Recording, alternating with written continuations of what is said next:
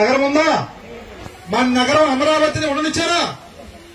జగన్మోహన్ రెడ్డి దుర్మార్గంగా అమరావతి నగరాన్ని అణిచివేశాడు, తుడిచివేశాడు.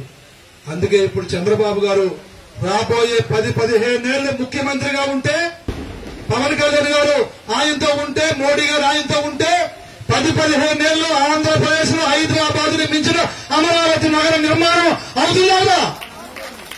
అందుకే మీ అందరినీ కోరుతున్నాను, చంద్రబాబు నాయుడు గారిని మొన్న గెలిపించడం కాదు, రేపు గెలిపించడం ముఖ్యం. మీ అందరూ గుర్తుంచుకోండి. చంద్రబాబు నాయుడు గారిని 29 ఎన్నికల్లో గెలిపిస్తేనే మనకి విశ్వాసం ఉన్నట్టు, మనం తీసుకున్న పథకాలకి న్యాయం చేసినట్టు, ఈ రాష్ట్రం గాని, మన కుటుంబాలు గాని, మన బిడ్డలు గాని, మన భవిష్యత్తు గాని అభివృద్ధి చెందాలి అంటే నారా చంద్రబాబు నాయుడు గారు మళ్ళా ముఖ్యమంత్రి చేసే అవసరం ఉంది. ఈ సందర్భంగా మీ అందరికీ తెలియజేసుకుంటూ, ఎమ్మెల్యేగా ఒకటే చెప్తున్నా ఆఖరిగా మీ అందరికీ, నేను మళ్ళా మీ గ్రామాలకు వస్తాను. త్వరలో వచ్చి పోలింగ్ బూత్ లో వారికి కూర్చుంటాను. మీ అందరినీ కవర్ పంపిస్తాను. మీతో కూర్చొని మీ గ్రామంలో ఉన్న సమస్యలను చర్చిస్తాను. అభివృద్ధిలో ఏమేం పనులు చేయాలో అడుగుతాను. అడిగి 235 పోలింగ్ బూతులు ఉన్నాయి.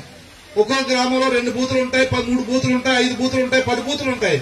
ప్రతి బూత్ స్థాయిలో మీతో కూర్చుని డ్వాక్రా మహిళలు కూడా పిలుస్తాను. మీ సలహాలు తీసుకుంటాను.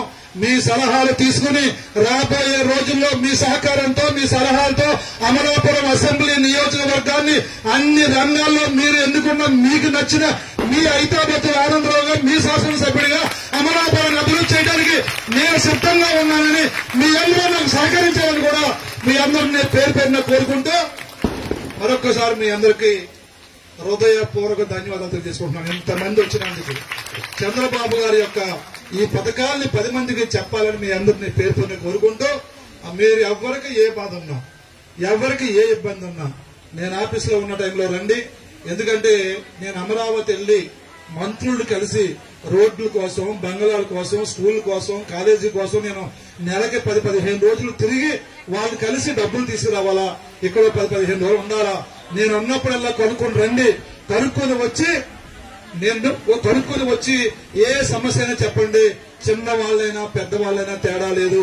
ఎవరు వచ్చినా ఆప్యాయంగా పలకరించి మీ సమస్యను పరిష్కారం చేయడానికి మీ ఎమ్మెల్యేగా ఉన్నానని మీ అందరికీ తెలియజేసుకుంటూ అందరి దగ్గర సెలవు తీసుకున్నాను. Thank you. జై చంద్రబాబు నాయుడు, జై పవన్ కళ్యాణ్, జై మోడీ, జై లోకేష్ బాబు.